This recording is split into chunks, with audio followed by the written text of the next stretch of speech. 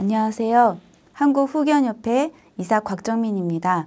생명보험 사회공헌위원회와 교보생명이 후원하는 미리 준비하는 즐거운 노후 강의입니다. 이번 시간에는 성년 후견 제도와 사전 의료 요양 지시서를 비교해보는 시간을 가지도록 하겠습니다. 먼저 후견 제도에 대해서 설명드리겠습니다. 후견 제도는 크게 법정 후견과 임의 후견으로 나누어 볼 수 있습니다. 법정 후견은 말 그대로 법률에 규정이 다 나와 있는 세 가지, 크게는 5가지 후견 제도를 말하고요.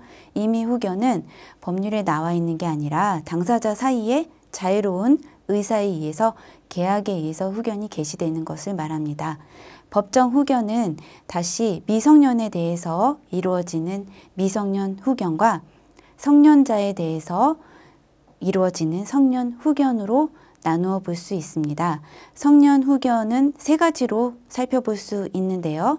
사무처리 능력이 결여된 상태에서 이루어지는 것을 성년 후견이라고 하고요. 또한 사무처리 능력이 결여되지는 않았지만 다소 부족한 상태의 경우에 이루어지는 것을 한정 후견이라고 합니다. 또한 사무처리 능력의 결여나 부족과는 상관없이 특정 사무에 대해서만 후견 서비스 도움을 받고 싶을 때도 있겠죠. 그런 경우에 사용할 수 있는 후견 서비스를 특정 후견이라고 합니다. 후견 제도의 전제는 본인의 판단 능력이 이미 저하된 상태임을 전제로 합니다. 이 점에서 사전 요양 의료 지시서와 큰 차이를 보이는데요. 사전 의료 요양 지시서의 경우에는 내가 자유롭게 나의 사무나 나의 진료나 치료나 다양한 의사결정을 나의 자유로운 의사에 판단할 수 있을 때 미리 나의 정신 상태가 조금 힘들어졌을 때를 대비해서 미리 정해놓는 것이고요. 반면에 후견 제도는 이미 정신 능력이 판단 능력이 상당히 저하된 상태에서 개시가 되는 그런 점에서 차이점을 가지고 있습니다. 다만 후견 제도에서 아까 설명드린 법정 후견 외에 임의 후견이 있다고 했죠. 임의 후견의 경우에는 당사자 사이에 계약으로 이루어지기 때문에 예외라고 볼 수 있겠습니다.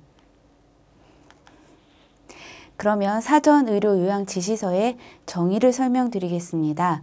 향후에 본인이 고령이나 질병, 사고, 기타 원인으로 인하여 자신의 사무에 대한 판단 능력이 부족해질 때를 미리 대비해서 자신의 건강, 치료, 진료, 요양시설에 들어가는 거나 이를 위한 재산관리 등에 필요한 대리권을 내가 믿을 수 있는 사람에게 미리 위임하는 내용을 정해놓은 서류를 말합니다.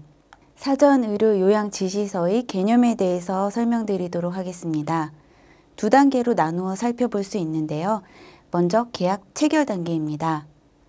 본인이 자유로운 판단 능력이 있을 때 미리 정해놓은 서비스의 내용을 지시서에 담게 됩니다. 그리고 내가 가장 신뢰할 수 있는 사람을 대리인으로 정해서 그와 계약을 체결하는 것입니다. 그런데 대리인이 과연 나를 위해서 사무를 잘 처리해 줄지 그것을 지켜봐 줄 수 있는 사람이 있다면 더욱 좋겠죠. 그래서 바로 제2 대리인이 등장하게 됩니다. 대리인의 사무 처리 내용을 옆에서 지켜보고 감독해 주며 뿐만 아니라 때로는 본인을 위한 서비스의 지원도 동시에 해줄 수 있는 신뢰할 수 있는 사람을 제2 대리인으로 지정해서 대리인, 제2 대리인, 본인 이렇게 3자가 계약을 체결하는 것입니다. 그러면 이렇게 체결된 계약은 어디에 보관을 하면 좋을까요? 바로 한국후견협회에 지시서를 전산 형태로 등록하고 보관함으로써 계약의 내용대로 잘 진행되고 사무가 처리될 수 있도록 안전장치를 두게 됩니다. 그렇게 되면 본인이 서비스를 개시한 다음에 지시서의 내용을 변경하고 싶거나 또는 진위 여부가 문제가 될 때 당사자 사이에 계약 내용대로 이행되는지가 분쟁이 생겼을 때 지시서의 내용을 확인해 주고 그 진위를 담보해 줄 기관이 필요하겠죠. 바로 한국후견협회가 지시서의 등록 보관 기관으로서 그러한 기능을 수행하게 되는 것입니다. 그러면 계약이 체결된 이후에는 어떻게 작동이 될까요? 내가 자유로운 판단 능력을 가질 때 정해놓은 대로 내가 병들고 아프고 정신 능력이 좀 힘들어졌을 때 비로소 내가 정해놓은 대로 대리인이 나의 사무를 지원해 주는 것입니다. 어떻게요? 지시서에 내가 미리 정해놓은 대로요.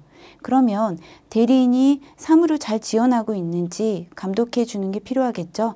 바로 계약에 정해놓은 대로 제2 대리인이 바로 감독하는 역할을 수행하게 됩니다. 그리고 때로는 대리인과 함께 본인의 사무 처리를 지원하는 기능도 동시에 함께 수행하게 됩니다.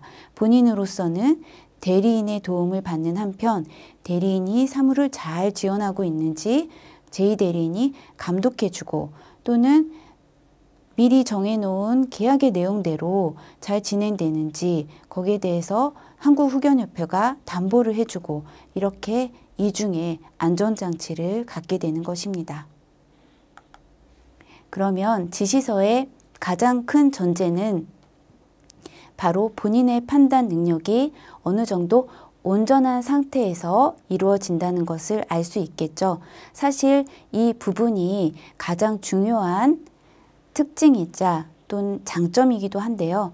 사전 의료 요양 지시서는 미리 내가 판단 능력이 온전할 때 내가 받고 싶은, 내가 살고 싶은 방향대로 지시서에 정해놓고 실제 우려되는 상황이 발생했을 때 내가 미리 정해놓은 대로 서비스를 받게 되는 것이기 때문에 온전히 본인의 의사대로 서비스가 이루어진다는 점이 지시서 제도의 가장 큰 장점이 되겠습니다.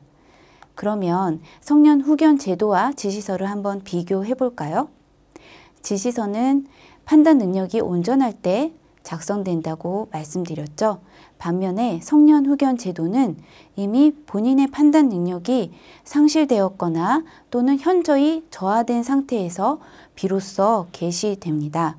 개시는 본인뿐만 아니라 이해관계인, 가족들이나 이해관계인에 의해서 법원에 서비스 개시를 신청함으로써 법원의 결정에 의해서 이루어집니다.